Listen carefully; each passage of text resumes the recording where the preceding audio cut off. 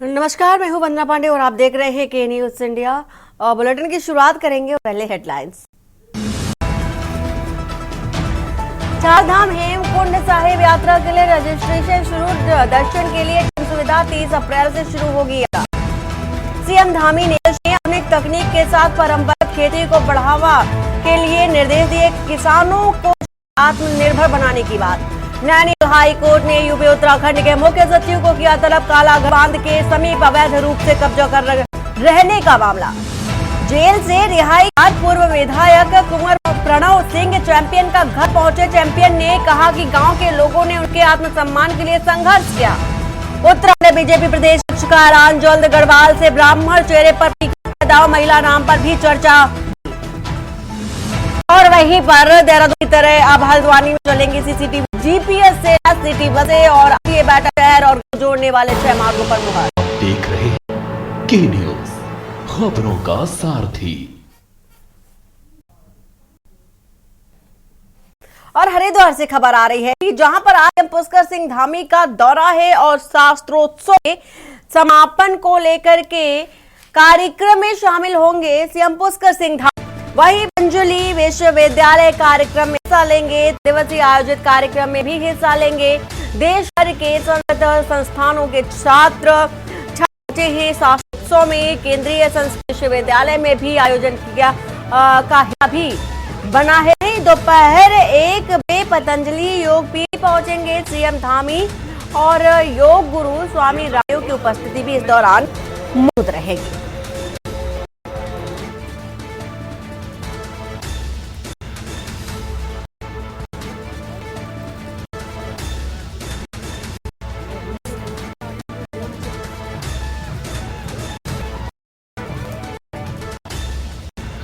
पतंजलि विद्यालय कार्यक्रम में हिस्सा ले सीएम पुष्कर सिंह धामी के साथ ही 3 दिवसीय आयोजित कार्यक्रम में हिस्सा लेंगे। तो बेहद महत्वपूर्ण दिन है आज का। देश भर के संस्थानों के छात्र आज शास्त्रोत्सव पहुंचे हैं। केंद्रीय संस्कृत विश्वविद्यालय भी आयोजन का हिस्सा बना है। साथ ही योग गुरु बाबा रामदेव भी इस दौरान अपनी उपस्थिति दर्ज कराते नजर आएंगे।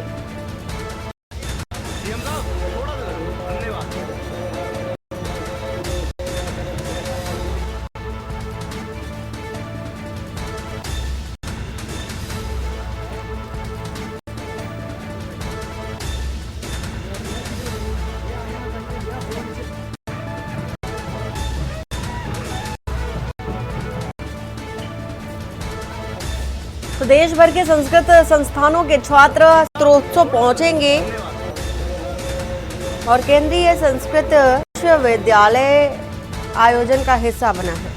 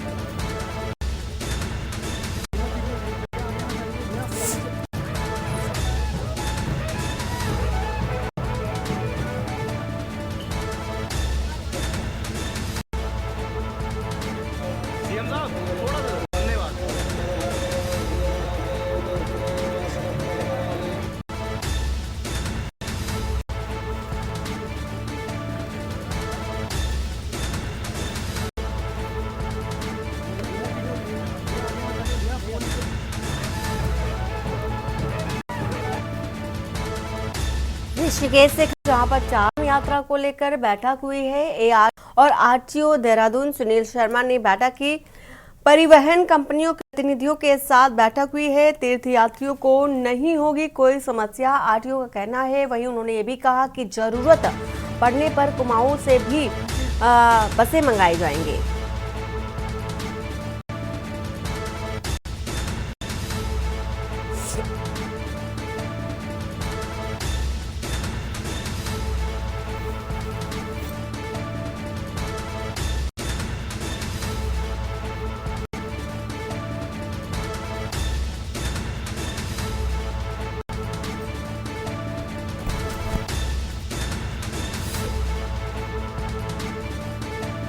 आरटीओ देहरादून सुनील शर्मा ने की बैठक में महत्वपूर्ण निर्देश भी दिए। परिवहन कंपनियों के प्रतिनिधियों के साथ ये बैठक की गई।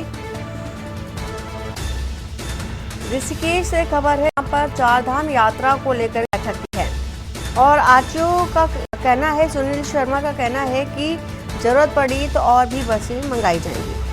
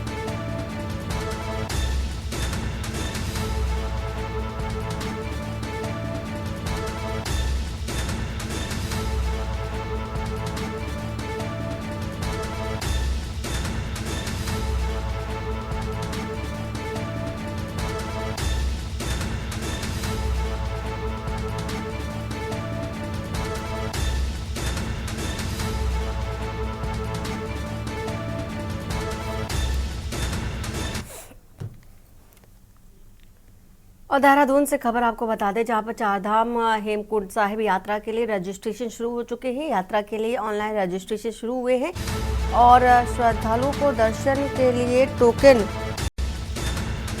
अनिवार्य होगा। 30 अप्रैल से शुरू होगी चारधाम यात्रा और पहले गंगोत्री यात्रा के कपाट भी खोले जाएंगे। तो खबर आपको बता रहे हैं, इस दौरान चारधाम यात्रा को लेकर ये खबर है। 30 अप्रैल से शुरू होगी सेवाएं। पहले गंगोत्री यमुनोत्री के कपाट खोले जाएंगे और साथ ही साथ चारधाम हेमकुंड साहिब यात्रा के लिए रजिस्ट्रेशन शुरू हो चुके हैं और यात्रा के लिए ऑनलाइन रजिस्ट्रेशन शुरू हुए हैं। श्रद्धालुओं को दर्शन के लिए टोकन अनिवार्य किया गया है।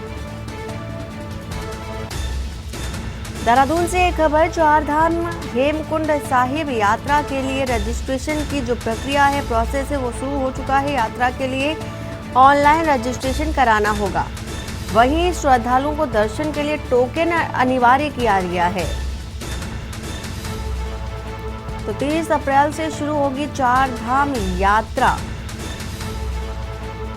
पहले गंगोत्री यमुनोत्री के कपाट खोले जाएंगे, इसके बाद बद्रीनाथ केदारनाथ के कपाट खोले जाएंगे। 4 मई को बद्रीनाथ धाम के कपाट खुलने हैं और इसी को लेकर के देखा जा रहा है तमाम तरह की जो तैयारियां हैं प्रशासनिक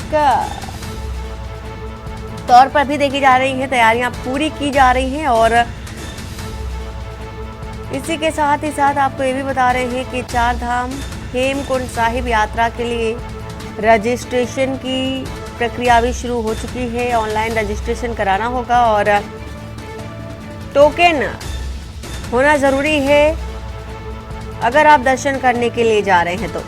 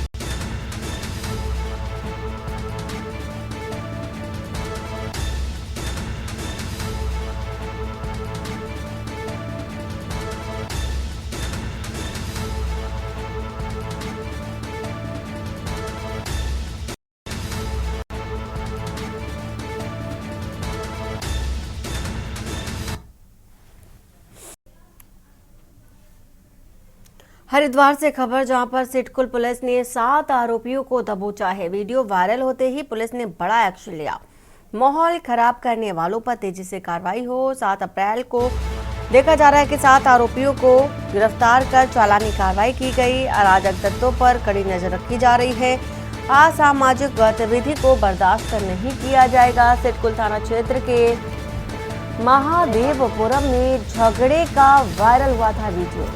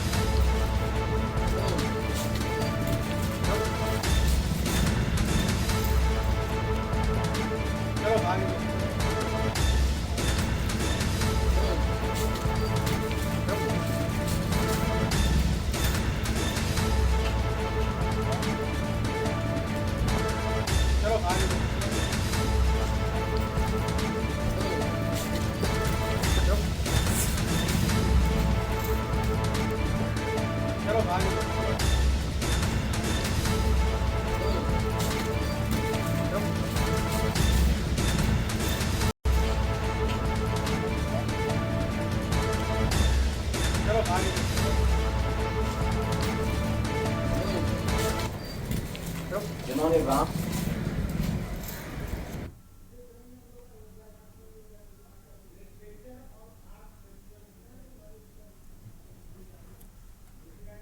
और सीधा चलते हैं अयोध्या, जहां पर सीएम योगी आदित्यनाथ क्या कह रहे हैं, सुन लेते हैं। बने, अयोध्या उसका आधार बना तो साहित्य की एक नई विधा का सृजन हो गया। साहित्य की जिस नई विधा का सृजन होता है वह कालांतर में आपने फिर देखा होगा पुराणों की परंपरा में वही व्यवहारिक संस्कृत अपनाई जाती रही और फिर यह आम जन के लिए इतनी लोकप्रिय हुई कि केवल भारत की ही नहीं बल्कि दुनिया की कोई ऐसी भाषा नहीं जिसमें रामायण या रामचरितमानस किसी न किसी रूप में लोगों के हृदय को न छू रही हो। आज भी आप देखते होंगे, हम लोगों ने 2017 में जब अयोध्या में दीपोत्सव के आयोजन को आगे बढ़ाया था हमारे मन में एक ही बात थी, और वो बात यही थी कि कैसे भी हो अयोध्या को उसकी पहचान मिलनी चाहिए। कैसे भी हो अयोध्या को उसकी पहचान मिलनी चाहिए, अयोध्या को सम्मान मिलना चाहिए जिसका वो हकदार होना चाहिए। एक द्वंद था जब अयोध्या में पहली बार आने की बात हुई।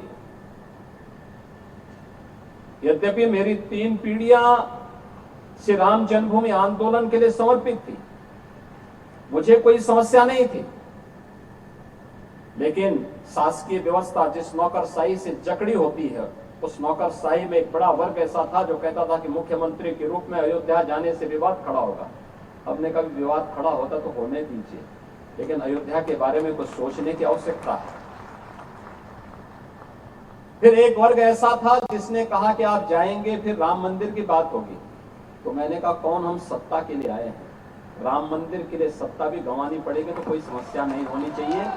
और हम लोग उस समय फिर इस कार्यक्रम के साथ जुड़े। मैंने से 19 अवस्थी से कहा, मैंने कहा ऊपर चुपचाप जाकर के देखो दीपोत्सव का कार्यक्रम कैसे हो सकता है।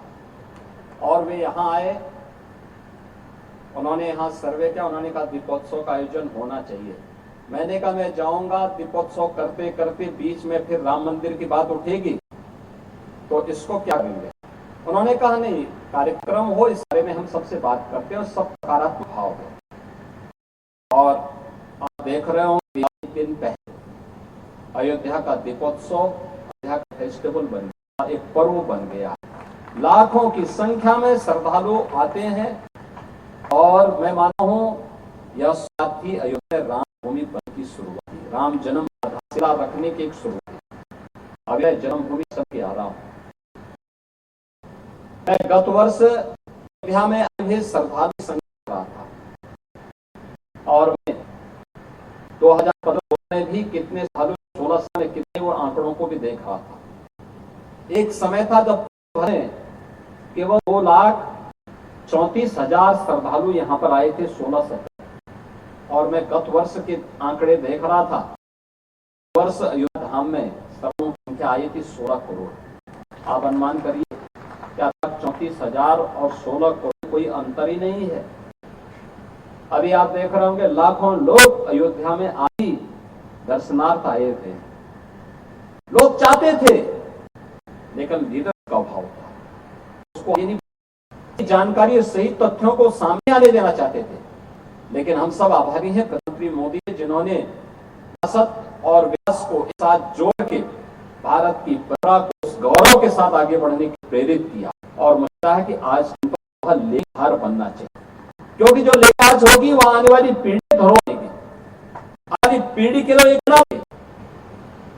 कैसे भारत का नेतृत्व बदलने के साथ ही एक नए भारत के बारे में सोचने लगा, एक भारत श्रेष्ठ भारत के सोचने लगे। एक समय था जब भारत का वासी अपने आप को भारतीय कहने थोड़ा सोच करने लगे। प्रदेश का वासी अपनी पहचान को छुपाता।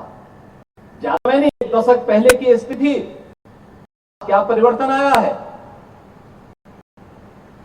जो भी उत्तर प्रदेश को भी कहता मैं भी उत्तर प्रदेश का हूं, मैं भी भारत, वह मैं भारतीय और मैं सब दुनिया में ये स्थिति है। एक बार यूरोप में जाने का अवसर प्राप्त हुआ। मैं ऐसे घूमने के टैक्सी पकड़ी। मैंने पूछा, मुझे टैक्सी वाला ऐसा लगा जैसे भाई हो, तो मैंने उससे पूछा कहाँ के रहने हो। उसने कहा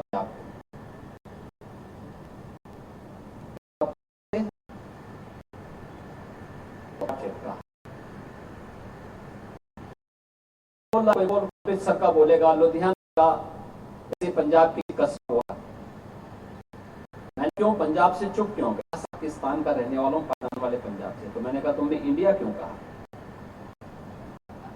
भारतीय क्यों कहा। उसने कहा साहब भारतीय कहने पर हम सेफ रहते हैं।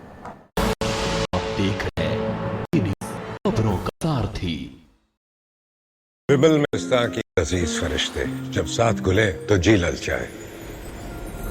दिल कहे कि इस जुबान में खुद को है कि निकलना, किस बात को है ऐसी विमल बोलो जुबा केसरी।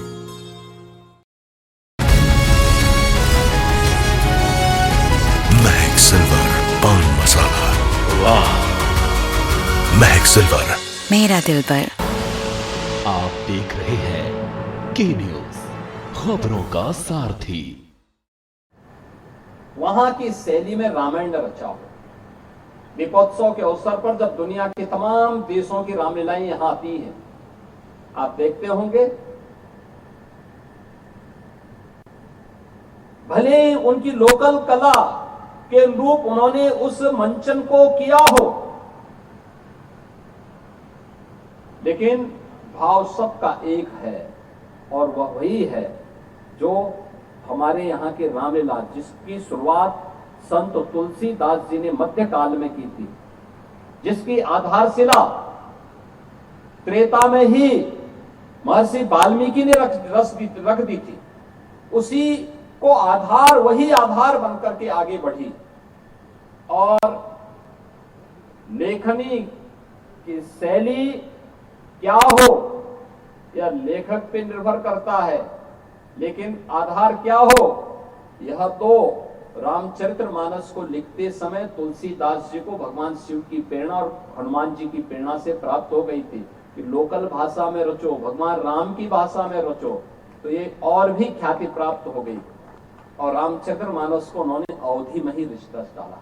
कौन ऐसा परिवार है उत्तर भारत का जिसमें रामचरितमानस में सुंदरकांड का पाठ उसके घर में न होता हो? कोई भी मांगलिक कार्यक्रम होता है, लोग अपने घर में सुंदरकांड का पाठ करते हैं, लोग अपने घर में अखंड रामायण का पाठ करना प्रारंभ कर देते हैं। हर सनातन धर्मावलंबी इसके पीछे जाता है। और इसीलिए अयोध्या में कला और साहित्य से जुड़े हुए इस महोत्सव का शुभारंभ यहीं से इसकी शुरुआत की, लेकिन हम पिछड़ गए। यतीन्द्र जी ने इसको फिर से प्रारंभ किया है। इसको और अच्छे ढंग से आगे बढ़ाने की आवश्यकता है और रामायण महोत्सव के साथ इसको जोड़ करके और भी ढंग से अगर हम आगे बढ़ाएंगे तो मैं विश्वास के साथ कहता हूं कि साहित्य यह समाज का दर्पण तो होता ही है, यह समाज के सृजन का आधार भी बनता है। समाज अगर सृजित होगा तो वह एक सकारात्मक दिशा में आगे बढ़ेगा। अच्छी लेखनी, कालजयी लेखनी को पुनर्जीवित किए जाने की आवश्यकता है। आज के समय में चुनौती है क्योंकि पढ़ने लिखने की परंपरा बाधित हुई है। डिजिटल मीडिया ने, सोशल मीडिया ने अनेक बैरियर खड़े किए हैं, लेकिन इन बैरियर को पार करते हुए भी अगर हम कोई रास्ता फिर से बना सकें और कोई कालजयी रचना के सृजन का मार्ग इस प्रकार के लिटरेचर फेस्टिवल के माध्यम से आगे बढ़ा सकेंगे तो निश्चित ही साहित्य के लिए भी, समाज के लिए भी वह अत्यंत उपयोगी साबित होगा। मैं एक बार फिर से अयोध्या लिट फेस्टिवल के लिए यतीन्द्र मिश्र जी को और उनकी पूरी टीम को वैसे धन्यवाद देते हुए इसके प्रति अपनी शुभकामनाएं देता हूं। धन्यवाद। जय हिंद।